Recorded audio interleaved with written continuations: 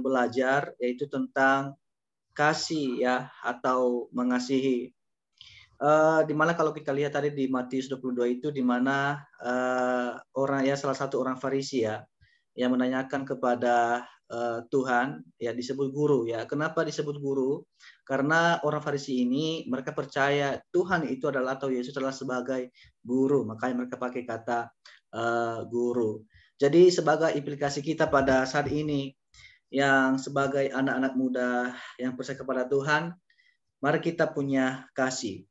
Saya percaya bahwa kalau kita mengasihi Tuhan, tentunya kita juga mengasihi yang namanya sesama kita.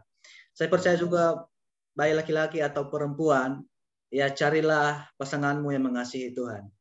Kalau dia cari pasanganmu yang mengasihi Tuhan, pasti dia juga akan mengasihimu dengan segenap hati, segenap jiwanya, dan segenap akal budinya. Amin. Amin. Nah, jadi biarlah kita yang hadir pada malam hari ini kita mengasihi. Kasih itu banyak sekali ya, kasih agape, tak bersyarat, kasih eros, ya banyak sekali. Jadi kita harus benar-benar mengasihi banyak orang. Dikatakan tadi kalau kita Allah lebih dulu mengasihi kita, tapi kalau kita tidak mengasihi sesama kita atau saudara kita, ya kita dikatakan adalah seorang pendusta.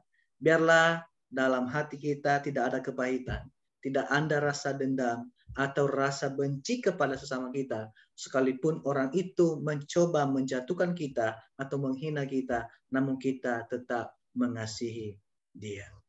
Yes. Karena kenapa? Yang sulit kita kasihi atau yang sulit kita ampunin adalah orang yang benar-benar kita sayang. Contohnya begini. Mungkin saya ambil contoh saja ya. Mungkin siapa namanya ini ya, Kak Lesti ya, kenal sama Kak Thierry Gula contohnya. Mereka ini sama-sama sayang sekali ya. Maaf ya terrekomendasi dalam ini contoh saja, gambaran saja ya. Mudah-mudahan ya contoh ya. Nah, jadi apa namanya ini, mereka ini sama sayang gitu loh. Nah, sayang ini tentunya dalam arti bahwa Kak Lesti mengharapkan bahwa Kak Thierry ini tidak akan mengecewakannya. Karena dia sudah sayang. Tapi ketika ya Kak Thierry mengecewakan Kak Lesti, maka itu akan susah diampuni. Susah diampuni karena apa? Karena sakit hati. Lebih mudah diampuni orang yang tidak kenal sama kita daripada orang yang kenal sama kita. Susah sekali diampuni.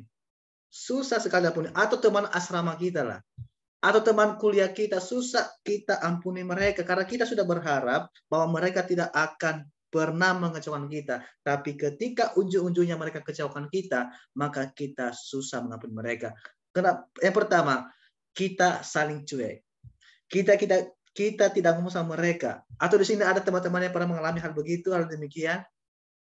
Ada? Coba jujur ada. Ada? Ada toh. Nah tadi itu susah diampunin, ya susah diampunin. Atau ada Kak Erna lah gitu ya, sama Kak Nidar. Kalau kita lihat ini Kak Erna ini sama Kak Nidar sangat akrab ya, kayak kakak adik ya, kayak saudara. Saya percaya karena kelihatan sekali dari mukanya mereka berdua. Nah, Kak Nidar mengharapkan bahwa sudah berharap bahwa ini Kak Erna ini tidak akan mengecewakan saya, tidak akan menghina saya, tidak akan merendahkan saya. Tapi ketika suatu saat Kak Erna merendahkan Kak Nidar, menghina Kak Nidar, atau menceritakan Kak Nidar di belakang orang, pasti Kak Nidar akan susah mengampuni orang tersebut. Saya percaya bahwa dalam persahabatan, dalam pacaran, dalam pasangan pun tentunya ada yang namanya masalah. Betul Kak Erna? Betul Kak Erna tuh? Pasti Betul. pasti ada masalah. Pasti ada masalah. Dalam organisasi pun pasti ada masalah. Semua ada masalah dalam hubungan kita sesama. Tapi pada malam hari ini kita diingatkan supaya kita mengasihi orang. Artinya begini saudara. ketika kita berantem satu orang atau bertengkar, 5 menit lah udah selesai. Selesaikan sudah. Karena kenapa? Kalau ada dendam dalam hati kita, kalau ada kepahitan dalam hidup kita, kalau ada masalah yang belum kita selesaikan kepada sesama kita, maaf, kita tidak layak melayani di hadapan Tuhan. Firman Tuhan berkata, sebelum engkau memberikan persembahanmu, tinggalkan dulu, selesaikan dulu masalahmu di belakang. Baru engkau berkenan kepada saya. Ini susah dimiliki orang-orang Kristen sebenarnya. Susah sekali. Tapi kita belajar pada malam hari ini. Supaya kita menerima kasih itu. Karena Allah lebih dulu mengasihi kita. Kita mengasihi karena Allah sudah lebih dulu mengasihi kita. Kita mengampuni karena Allah sudah mengampuni kita. Kita melayani karena Allah sudah lebih dulu melayani kita. Jadi biarlah kita yang hadir pada malam hari ini. Mulai dari Kak Tieli, saya juga, Kak Nidar, Kak Lesti, Kak Hesti, Kak Erna, dan Kak Suardi. Biarlah kita punya kasih yang tak bersyarat itu. Atau ginilah, dalam pacaran ini, banyak sekali anak muda sekarang yang jatuh begitu. Apa buktinya kalau kamu cinta kepada saya? Woi, iya toh? Banyak hal begitu. Apa buktinya kalau kamu cinta kepada saya? Kamu harus memberikan ini, maaf kata, hawa nafsu. Baru saya benar-benar saya tahu, oh berarti kamu mencintai saya. Perempuan, jangan tergoda dan terlena dengan kata-kata itu. Itu akan merusak masa depanmu. Dan merusak tubuhmu. Karena tubuhmu adalah bait Allah.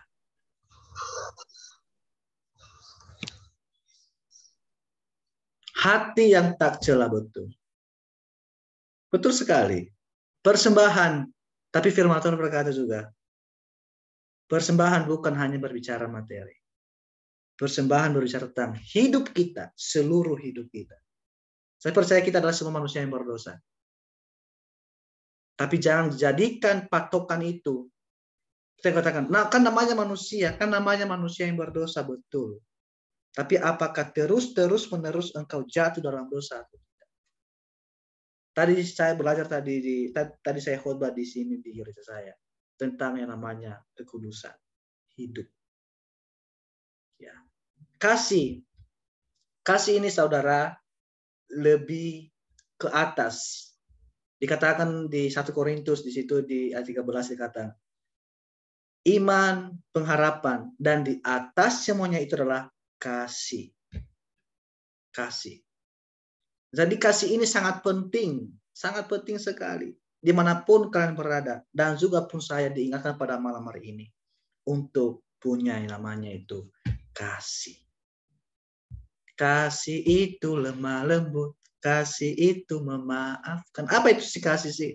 Di 1 Korintus itu ayat 4 dikatakan, kasih itu sabar, kasih itu murah hati, kasih itu tidak cemburu, kasih itu tidak sombong, ya, atau tidak memamerkan, dan kasih itu menutupi segala sesuatu. Kasih itu ia tidak bersukacita karena ketidakadilan, tapi kasih itu ia bersukacita karena kebenaran.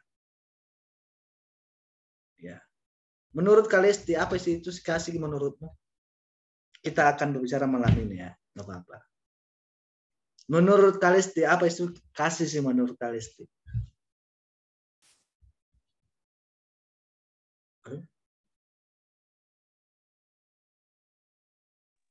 Lesti siapa?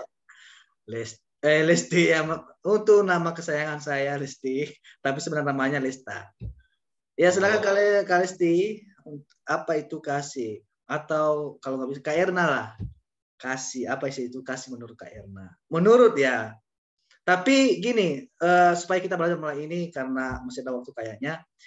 Jadi kasih, oke, kasih apa implikasinya dalam hidup Kak Erna? Jangan pakai kata kita, tapi pakai kata saya. Contohnya, kasih, saya harus mengasihi. Nah, karena kasih ini gini-gini, pakai kata saya, jangan pakai kata kita. Supaya kita berbicara dengan diri kita sendiri. Boleh? Malam ini saja. Boleh ya? Ada waktu ya? Oke, siap. Silakan Kak Erna. Jangan sekali lagi ya, jangan pakai kata kita. Menurut saya. Nah, jadi saya harus, supaya kita malam ini berbicara kepada diri kita sendiri. Ya, silakan dari Kak Irma. Ya. Kasih penguasih. Itu bahasa daerahnya. Haleluya. Ya, Ini Dar. Ya, silakan Ya. Kak Irma, baru nanti Kak Lesti. Ya, silakan Kak Irma. Kasih. Iya, kalau Oke, baik. Sebelumnya terima kasih buat kesempatannya.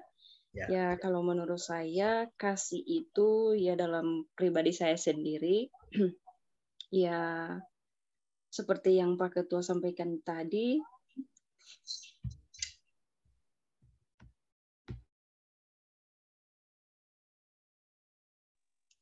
ya mengasihi sesama.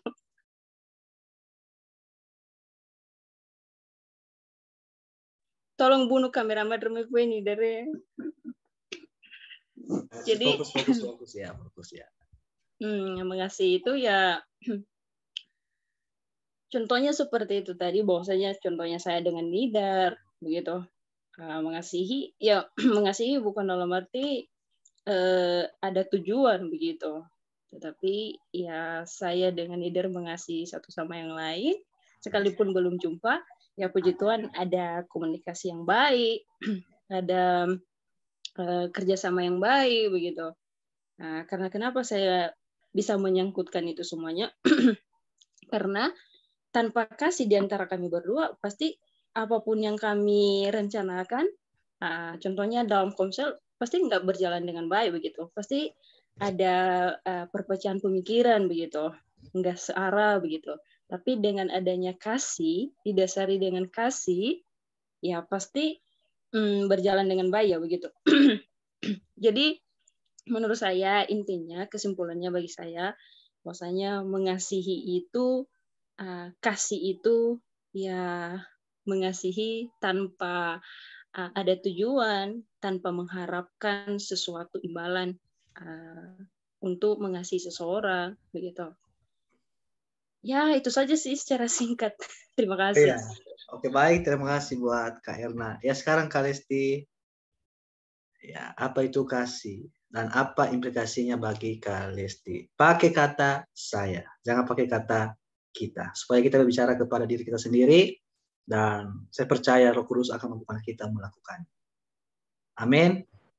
Amin. Ya, silakan Kak Haleluya. Lesti. Ya, silakan.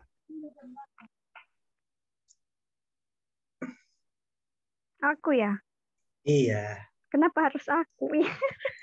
Karena kamu yang ditunjuk. Bang Kelly. Haleluya. Ya, silakan.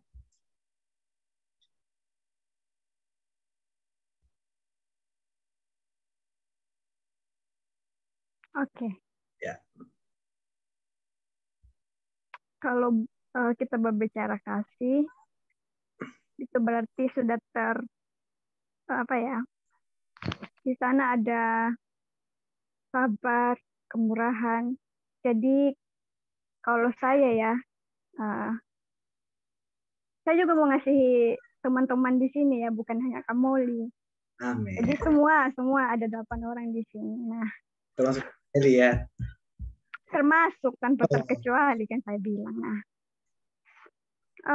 bahkan malam hari ini tanpa ada kasih, kita tidak akan pernah ada malam ini gitu loh. Tapi karena ada kasih, ya otomatis ya seperti pada malam hari ini gitu loh. Ada kasih. Amin.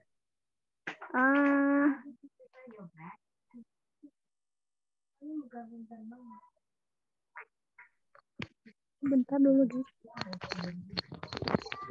Sebentar dulu ya. Ya, ditunggu. Nggak usah kakak grogi lihat Bang Kelly. Enggak. Sampai tutup kamera bah, ngeri kali. Enggak loh. Ya, silakan Kak Lesti. Ya.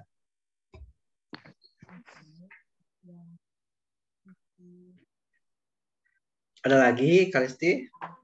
Atau sudah cukup?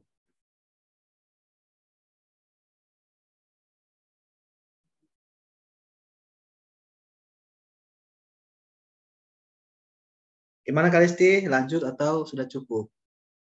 supaya kita lebar sama yang lain juga, supaya mereka bicara semua. Saya mau kita bicara semua tanpa terkecuali. Jadi semua dapat bagian. Jadi sahabat teman-teman. Ya, sahabat dulu Kak Bang Terry ya, dengan hormat. Ya, silakan Kak Listi, masih ada lagi? Lagi ribut. Ada lagi Kak Listi? Oke, ya mungkin nggak ada lagi dari Kak Listi ya, mungkin sudah cukup ya, ini karena waktu juga. Oke, sekarang sama Bang Suardi Gula. Ya, silakan. Apa itu kasih dan apa implikasi kasih dalam diri Bang Suardi? Pakai kata saya, jangan pakai kata. Oh iya. Ya. Oke. Kalau kasih itu menurut saya ya, kalau kita buka dari kebenaran firman Tuhan 1 Korintus pasal 13 ayat 4 dikatakan di situ, kasih itu sabar, kasih itu murah hati, ia tidak cemburu, ia tidak memegahkan diri dan tidak sombong. Nah, untuk aplikasi kehidupan kita kadang mungkin dalam satu komunitas itu tadi seperti yang dikatakan Bang Moli tadi, kadang dalam satu komunitas itu pasti ada yang tidak kecocokan satu sama lain, tapi dalam kebenaran firman Tuhan ini diajarkan kita untuk boleh sabar menghadapi setiap teman kita, dan mungkin ada sesuatu hal yang gimana ya, kalau kita juga secara pribadi, kalau kami di asrama ini kadang kalau kita lihat teman dekat kita tapi maaf Bang, pakai kata saya. Oh, sorry. Saya, ya. Sorry. Mungkin, tapi ya. Oke. Ya. Ini menurut saya dari dari kitab tadi 1 Korintus pasal 13 ayat 4 dikatakan tadi, saya ulang lagi lah ya. Ya. Kasih itu sabar, kasih itu murah hati, ia tidak cemburu, ia tidak memegahkan diri dan tidak sombong.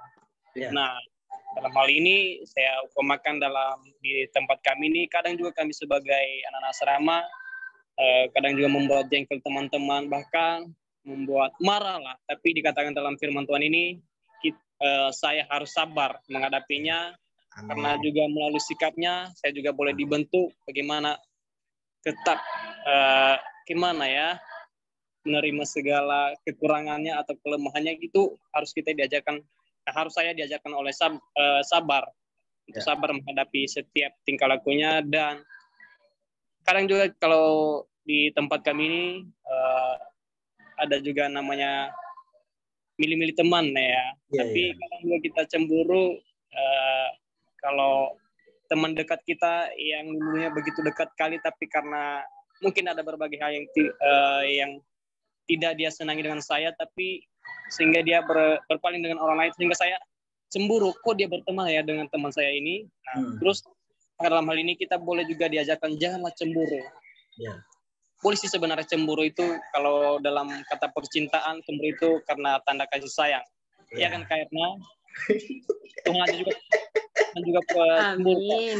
juga kecemburu kalau umatnya tidak memuji dan menyembah Dia, dan kalau berpaling dari jalannya. Nah, kita juga manusia pastilah merasakan hal-hal yang cemburu, tapi dalam firman Tuhan pada yang boleh saya sampaikan ini, kita diajarkan, saya bilang itu jangan cemburu. Bisa sih cemburu, ya cemburu ada batasnya. Itu saja sih yang boleh saya sampaikan.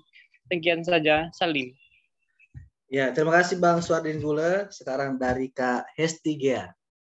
Ya, apa itu kasih dan apa implikasi kasih dalam hidup Kakak Hesti? Pakai kata saya. Ya, silakan Kak Hesti. Diberikan waktu.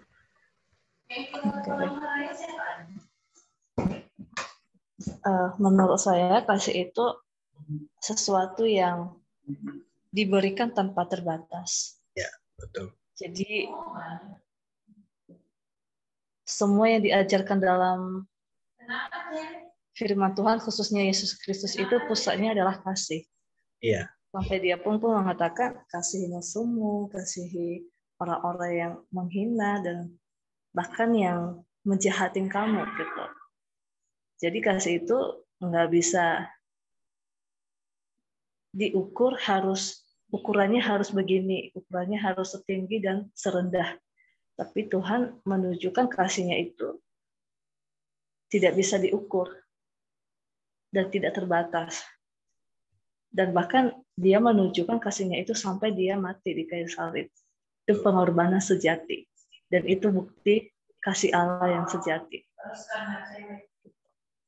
Thank you. Ya, oke. Terima kasih Kak Hesti. Bang, ini iPhone ini siapa ya? Ini ya. Ya, bisa buka kameranya yang atas nama iPhone.